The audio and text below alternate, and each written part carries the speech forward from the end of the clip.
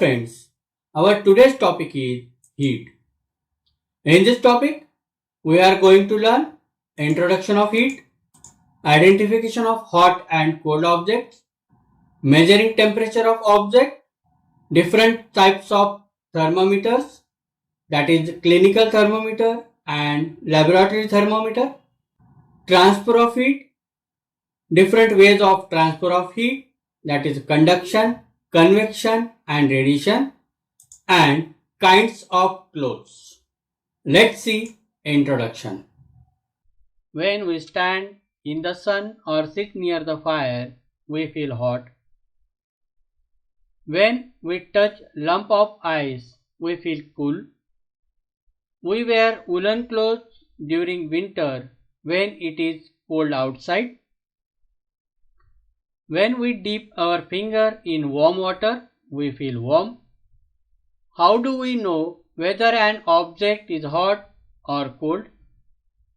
We take some hot and cold objects, mark them in the table. There are different objects: ice cream, spoon in a teacup, fruit juice, and handle of frying pan. So ice cream, it is a cold. Spoon in a teacup, it is a hot. Fruit juice, it is cold. And handle of frying pan, it is a hot. We see that some objects are cold while some are hot. We observe that some objects are hotter than others while some are colder than others.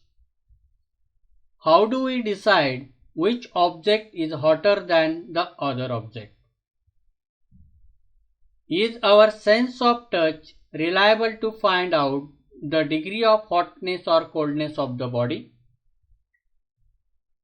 Sensation of touch is not reliable to find the degree of hotness or coldness of the body. See this activity. Take 3 beakers and label them as A, B and C. Put cold water in beaker A and hot water in beaker B. Mix some cold water and hot water in beaker C. Now dip your right hand in beaker A and left hand in beaker B. After keeping the hands in 2 beakers for 2 to 3 minutes, put both the hands simultaneously in beaker C. Do both the hands get the same feeling? No. We feel cold on our right hand and hot on our left hand. Do our hands are in the same beaker. Then how do we find out how hot an object really is? The reliable measure of the hotness or coldness of an object is its temperature. Temperature is measured by a device called thermometer. Different type of thermometers are there, used in different purposes. Laboratory thermometer.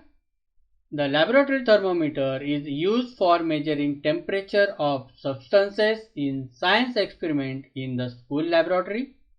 The thermometer can measure temperature from -10 degrees Celsius to 110 degrees Celsius. This is the range of laboratory thermometer. A clinical thermometer is another type of thermometer.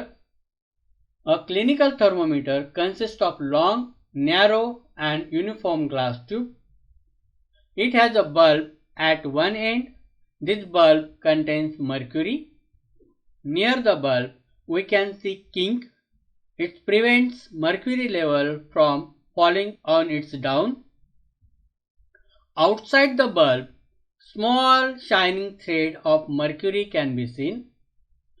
A clinical thermometer reads temperature from 35 degrees Celsius to 42 degrees Celsius.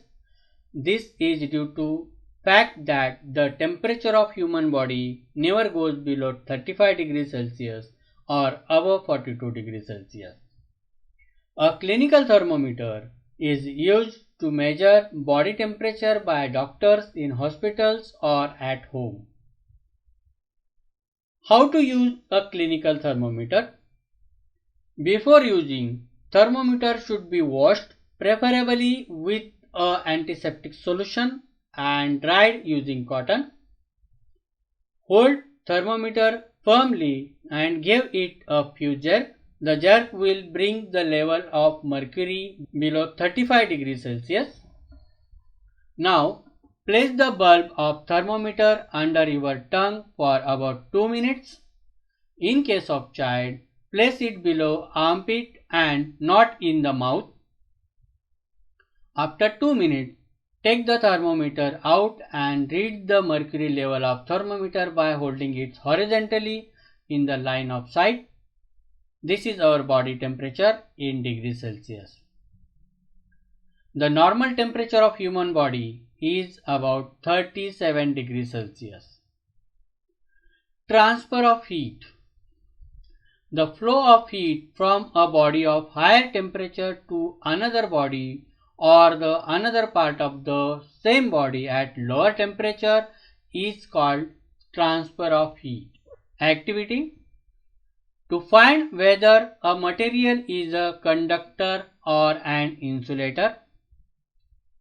Things needed: beaker with hot water, steel spoon, plastic scale, iron nail, pencil, plastic pen.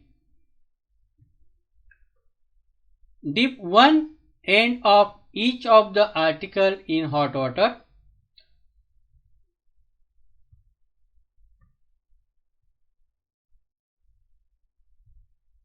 Wait for a few minutes and touch the other end of the articles. What is the observation? Observations are: steel spoon made of from metal, its other end is hot. Plastic scale made of from plastic, its other end is cold. Iron nail is made of from metal, its other end is hot. Pencil is made of from wood, its other end is cold. Pen is made of from plastic, its other end is cold. Conductors. The materials which allow heat to pass through them easily are called as a conductor. Examples are aluminium, iron and copper. Insulators. The materials which do not allow heat to pass through them easily are poor conductor of heat. Poor conductors are known as insulators. Examples are wood and plastic. In previous activity, the materials made up from wood and plastic are insulators, so their other ends are cold, and the materials are made up from metals, their other ends are hot. So materials made up from metals are conductors of heat, and the materials made up from wood, plastic, these are insulators. There are three distinct ways in which heat is transferred. They are conduction, convection and radiation. Conduction. See this activity. There is an iron rod fixed with a stand and some wax pieces stick to the iron rod. When we start to heat other end of the iron rod by candle flame, slowly one by one the wax pieces fall down. It means the heat provided by candle to the iron rod transfer from hot end to the cold end. But the atoms of iron rod do not move but heat transfer from hot end to cold end. This is called as a conduction of heat. The process by which heat is transferred from hotter end to the colder end of an object is known as a conduction. In this process, there is no movement of atoms but heat transfer from hot end to cold end.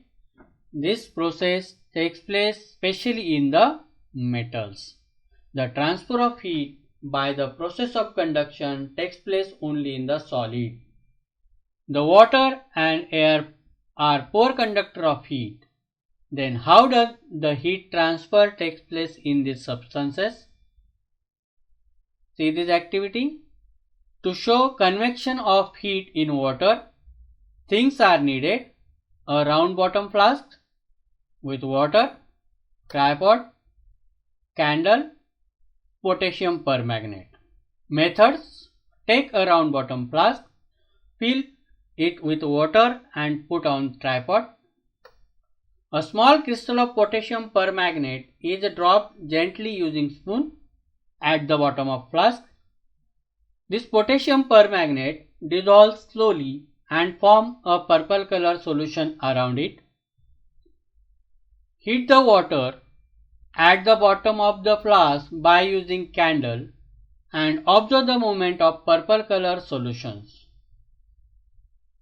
The purple color solutions rises up from the bottom of the flask up to the surface of water and then move downward near the wall of flask.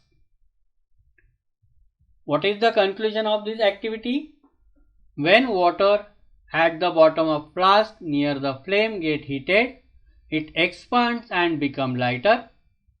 So hot water rises upward and carries heat to the surface. The cold water present on the surface moves downward by walls of the flask to take heat from the bottom. In this case, heat is transferred from hot water at the bottom of the flask near the sources of heat to the cooler top by the actual movement of water itself. So there is the actual movement of particles of water. This type of the transfer of heat is known as a convection. So thus the heat is transferred in liquids by convection. The constant movement of fluid like liquid or gases for the transfer of heat is called convection. Land breeze and sea breeze are the examples of convections. Land breeze. What causes the land breeze? Land absorbs heat faster than sea. At night, the water cools down more slowly than the land, so the cool air from the land moves towards the sea. This is called land breeze. Sea breeze. What causes the sea breeze? The warm air from land moves towards the sea to complete the cycle. The cool air from the sea is called as a sea breeze. So cool air flow from sea to the land is called as a sea breeze. The cool air transfer from land to the sea is called as a land breeze. The another method to transfer heat is a radiation. See this activity. We feel warm when we sit in the front of electric heater. How does the heat travels from heater to our body? There is air between us and heater is a bad conductor of heat. Therefore, heat transfer cannot be due to the conduction, even be convection through the air. There is another process to transfer heat in which medium as well as vacuum is called radiation. In the space, there is no medium, there is a vacuum, but heat transferred from sun to earth. The energy transferred without any medium is called radiant heat. So this is the another method to transfer heat from hot object to cold object. So these are the three methods to transfer heat: conduction, convection and radiation. Kinds of clothes. We wear different colored clothes in different seasons, like white color or light colored clothes during summer, because white or light colored clothes absorb less heat and keep us cool. White color generally reflect the light rays, so minimum heat is absorbed in the white color. In winter season, we wear black and dark colored clothes because black or dark colored clothes absorb more heat and keep us warm. In winter, we wear also woolen clothes. These are the bad conductor of heat. So air is trapped in between wool fibers and prevent the flow of heat from our body to the cold surrounding, so we feel warm. So we wear different color clothes, different type of clothes in different season, depend upon surrounding temperature.